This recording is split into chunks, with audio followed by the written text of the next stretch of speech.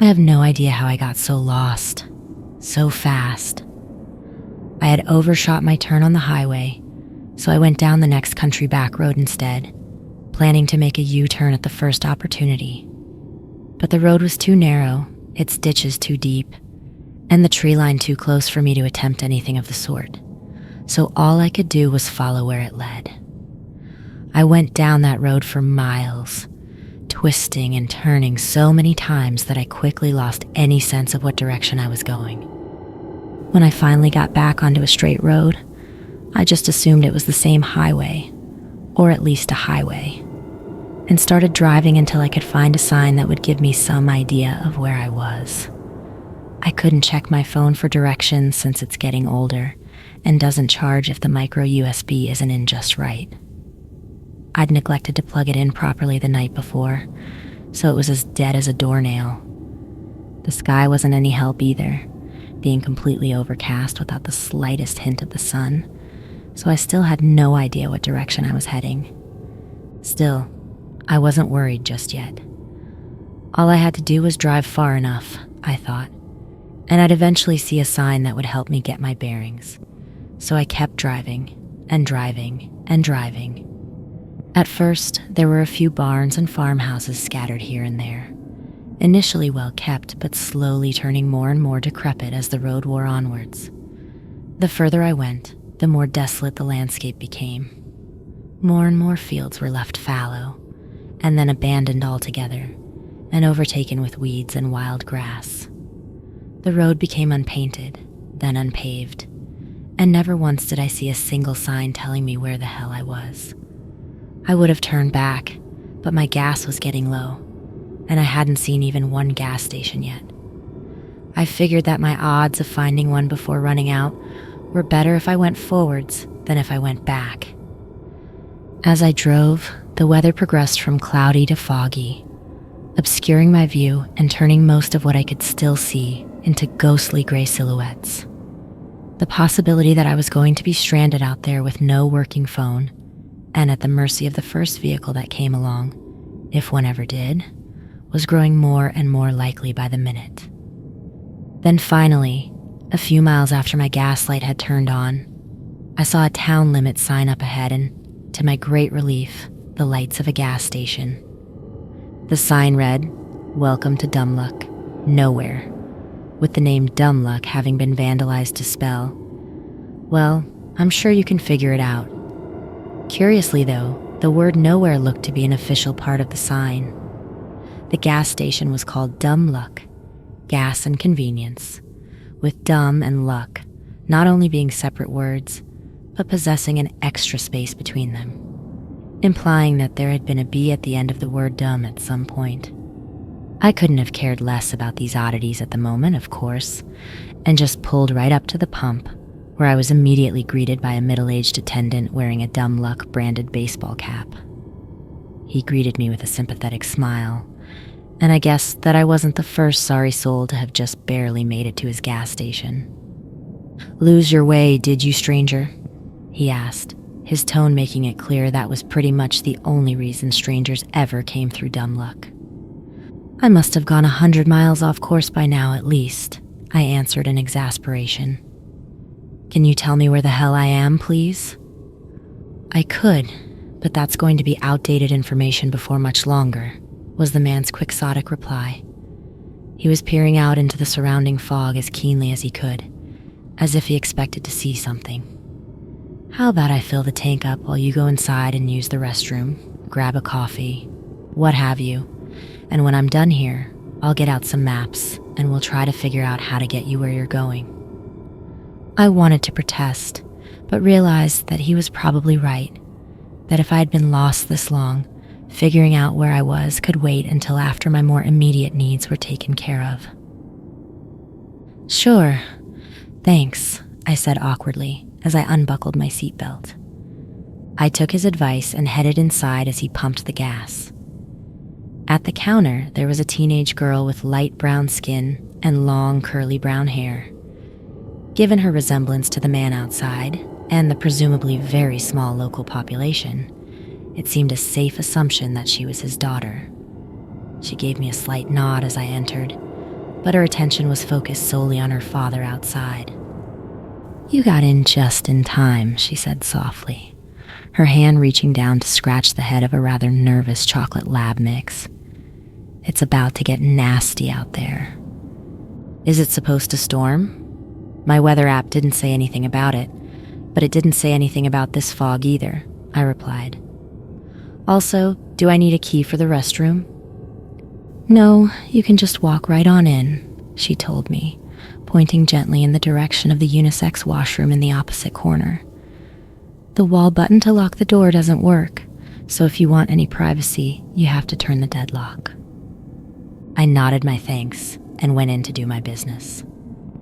When I came out, I saw that the man had returned inside and was going over folded maps at the counter with his daughter.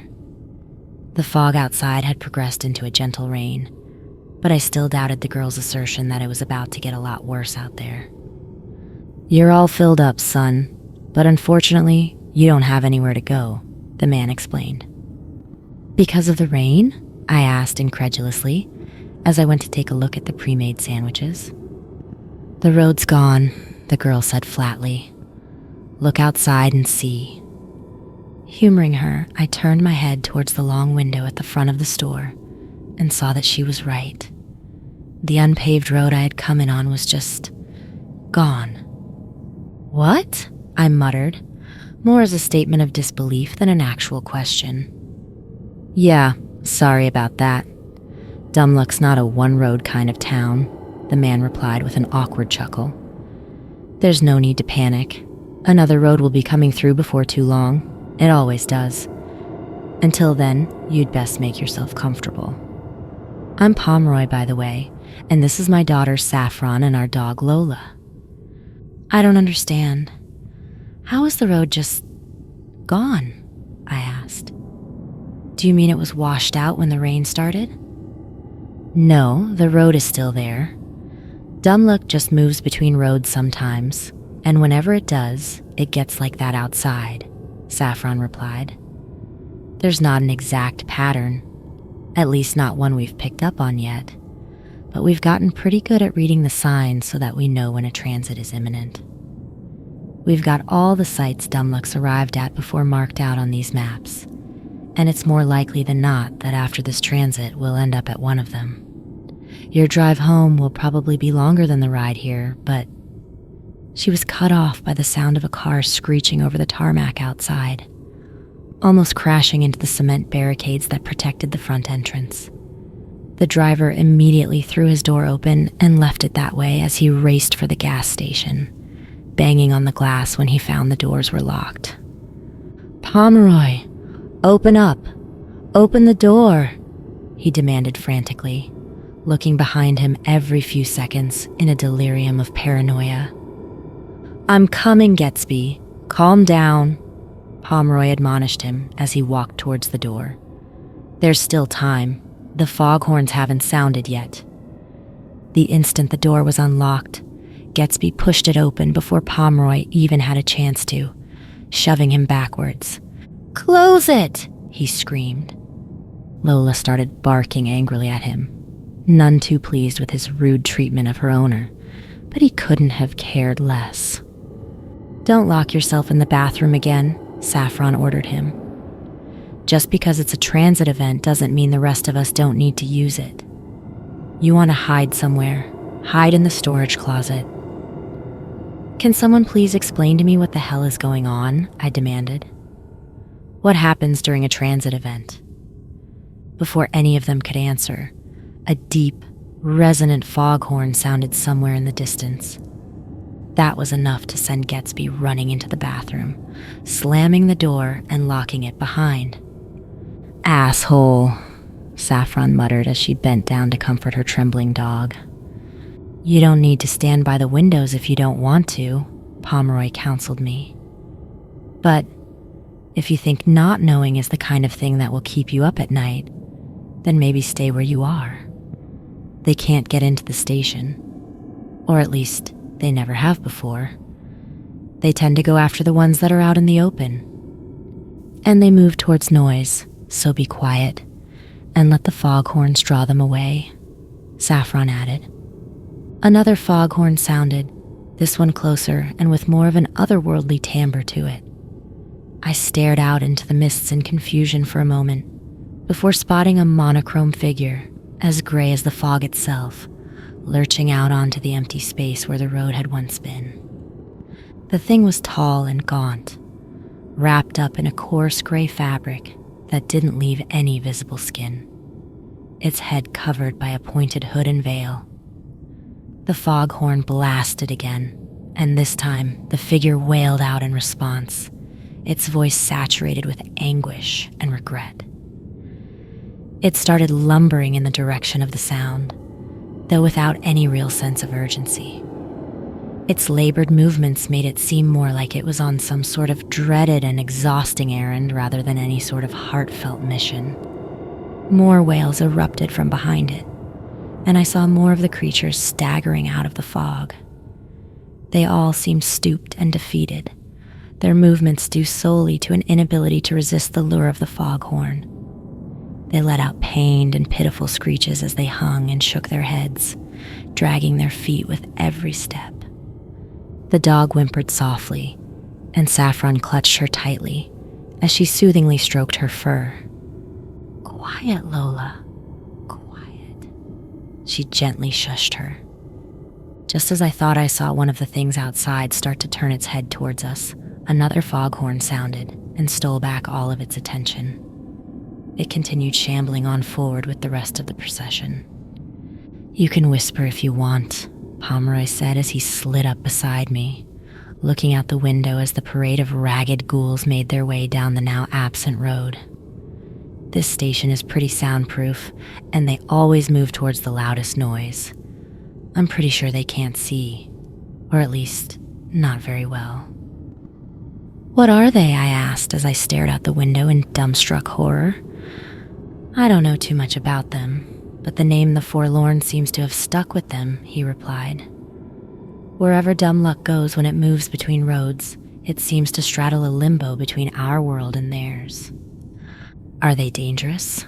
I asked, looking back at the bathroom where Gatsby had barricaded himself. "Yeah, they're dangerous," he said with a sad nod. "They're not malicious, though. At least, not necessarily. They seem to genuinely be in a lot of pain and misery, and if they encounter someone, all they can do is beg for help. The problem is, taking what they need from you leaves you like them, and doesn't seem to actually leave them much better off. I've seen it happen. The best thing to do is just keep out of their way until they pass, and don't draw attention to yourself." I wanted to press for more details, but I was interrupted by another foghorn. This one, however, dragged on for much longer than the others, becoming more and more distorted over time. The Forlorn took notice of the change too, halting their march forward and coming to a standstill as they listened with rapt attention to the new signal. "What's happening now?" I asked, turning back towards Pomeroy. For the first time, he actually seemed concerned by what was going on outside. I'm not sure," he admitted. "The foghorns aren't ours. They're from the Forlorn side. But I've never known them to fail or malfunction like this." Saffron stepped out from behind the counter and snuck up beside her father to get a better view of what was going on outside. "They're not moving," she gasped. "I've never seen them not move before." "What is that noise?" Gatsby demanded from the bathroom. "Gatsby, quiet," Pomeroy shouted back. The distorted sound of the foghorn became more and more erratic, fluctuating wildly, almost as if it was encoded with some kind of meaning. Slowly, its pitch crept up higher and higher until it sounded less like a horn and more like a theremin. I could feel it ringing in my ears, and I could tell by the expressions on Pomeroy's and Saffron's faces that they could feel it too. The sound seemed to be honing in on some kind of resonance frequency, the windows and shelves all vibrating with it. I thought that maybe it was trying to collapse the building down on us, until I saw the first of the Forlorn slowly turn their head in our direction. Damn it. The foghorn's shaking the building at the same frequency as its siren. The sound's drawing them in, Pomeroy realized as the first members of the horde began shambling towards the station. Saffron, shut the security grills on the doors and windows. You, help me barricade them. What? Gatsby shouted. Not you. You stay in the bathroom, he shouted, as he and I pushed a candy rack in front of the door. Dad? Dad, what do we do? Saffron asked as she locked the security grills in place, struggling to control the rising panic in her voice. What if we go out the back? We can outrun those things, can't we? I asked. We don't need to outrun them. We need to outrun their cries, Pomeroy replied. As if to prove his point, one of the forlorn let out a ghastly, banshee-like wail that froze my heart solid. And that was with the background noise of the foghorn and the thick wall of the station still between us. If I had been outside, I didn't doubt that the sense of dread that cry could instill would be debilitating. We can't hold them off for long, Saffron said. I suggested we go out and start a massive fire. That would be suicide. And I don't think fire would stop them anyway, Pomeroy replied. I do have a contingency prepared in case the foghorns failed, but I've never tested it. I don't know if it will work or not. What contingency? Saffron asked. It's on the roof. I'll have to go up there where I can hear them, Pomeroy replied, another eerie wail piercing through the walls of the building. I'm coming with you, Saffron insisted. No. Both of us going up there doubles the chances of one of us succumbing to their cries, Pomeroy argued. I'll go. If it works, you'll know in a couple of minutes at the most. He grabbed a pair of noise-reducing earmuffs from behind the counter, but I could tell by the look on his face that he doubted they were going to be of much use.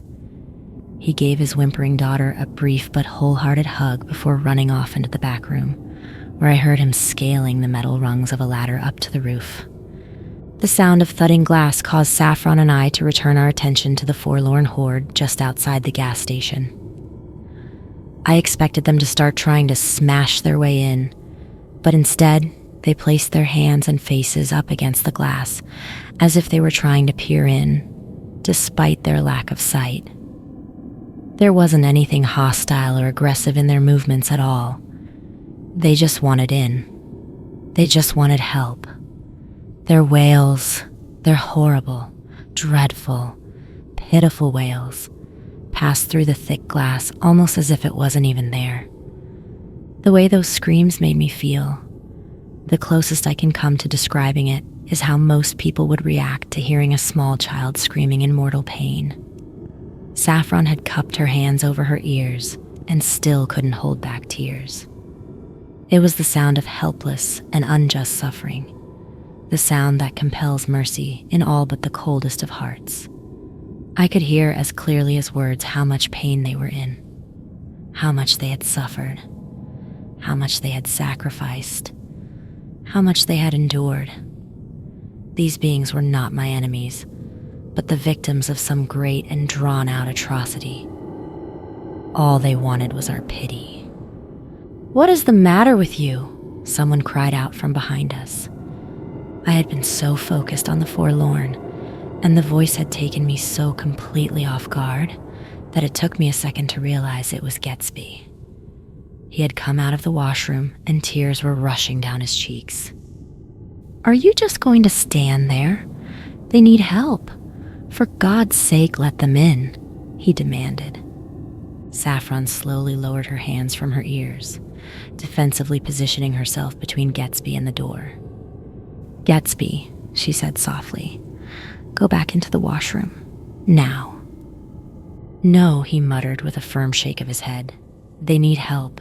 We have to help them. He charged for the door, and Saffron held him back as best she could. Lola was spurred into action at the threat to her owner and began barking ferociously, sinking her teeth into Gatsby's calf. This was enough to spur me from my trance, and I locked Gatsby in a chokehold from behind and began pulling him backwards. He seemed more determined to just get to the door than in fighting us off, so I think I probably could have kept him like that until he passed out. However, our tussle was interrupted by what sounded like a rocket launching from the roof. It whistled through the air for several seconds before finally exploding in a brilliant and thunderous starburst a few 100 feet away. "Fireworks," Saffron murmured in astonishment. "Dad's using fireworks to draw them away." The forlorn all slowly turned away from the window and towards the source of the sound, far louder than anything the foghorns or the rattling gas station was capable of producing. Pomeroy shot off another volley, and the forlorn all started shambling towards the pyrotechnic explosions. As the sound of the wretched scream slowly began to recede, I let out a sigh of relief and released my grip on Gatsby. Sadly, this proved to be a mistake, as he immediately pushed past Saffron and ran out the front door. She wasted no time in closing and resecuring it, but before she had turned the last lock, we heard Gatsby scream. He kept screaming, and soon we couldn't tell them apart from the rest of the forlorn's wails. Pomeroy kept shooting off fireworks from the rooftop, and the sound of their explosions kept drawing the forlorn away from us. Saffron and I were both worried that his supply wouldn't be able to last through the rest of the transit event. But before too long, the forlorn all wandered off into the mists, their wails growing fainter and less frequent. Eventually, they couldn't be seen or heard at all, and the corrupted foghorn finally fell silent. The mists slowly began to lift, and I could see that there was once again a road running past the station. We heard Pomeroy coming down the ladder in the back room, and Saffron had thrown herself into his arms before he even had both feet on the ground. Lola was happy to see him too, jumping up and licking him in gratitude. He saw me standing by the window, and his gaze drifted towards the still open washroom door. "It was Gatsby then?" he asked solemnly. "I hadn't been sure if it was you or him who ran out. He could have got you both killed." "It wasn't his fault, Dad," Saffron sobbed, still clutching onto him tightly. I know, he said softly. Once things had calmed down a bit, we figured out where Dumluck had ended up, and they helped me plot out a route back home. Pomeroy offered to comp my gas and other supplies, but I couldn't accept that after he had saved my life. I even paid him for the fireworks he had used. "I'm not sure that trick will work a second time," he said thoughtfully as he ran my card through. "That didn't seem like an accident. What happened to the foghorn? It seemed like something was trying to herd the forlorn towards us. I'm thinking I'm going to have to build an actual soundproof safe room to wait out transit events and have multiple redundant audio lures in place to keep them away from the station. If you don't mind me asking, sir, why stick around at all?" I asked. "I've tried leaving," he said with a brisk nod. "People like you can pass through Dumluck with no problem. But the further me or Saffron or anyone else who lives here gets from the town limits, the more we press into the realm of the forlorn. No, friend, I'm afraid we're stuck here." I wanted to argue with him, to insist there must be some way he and Saffron could escape. But Pomeroy hadn't survived in this place for so long by being a fool. I wouldn't have survived Dumluck if hadn't been for his foresight, and so I decided not to insult him by saying that he just hadn't been trying hard enough all these years to get out. Instead, I thanked him again for saving my life, and gave him my phone number and email in case he ever needed me to repay him with whatever assistance I could offer. I bid him, Saffron, and their dog a heartfelt farewell before getting back into my car and setting out on the route they had plotted out for me. I will admit that as I drove off into the desolate hinterlands, a more cynical part of my brain found it suspicious that my visit to Dumluck just so happened to be the first time the foghorns malfunctioned like that. Was it possible that I had been responsible for it somehow? Or that Pomeroy and Saffron hadn't been completely honest with me for some reason? But as I glanced up into my rearview mirror and saw Pomeroy climbing up on a ladder to replace the bee on the gas station sign, I took it as an omen that it really was just dumb luck.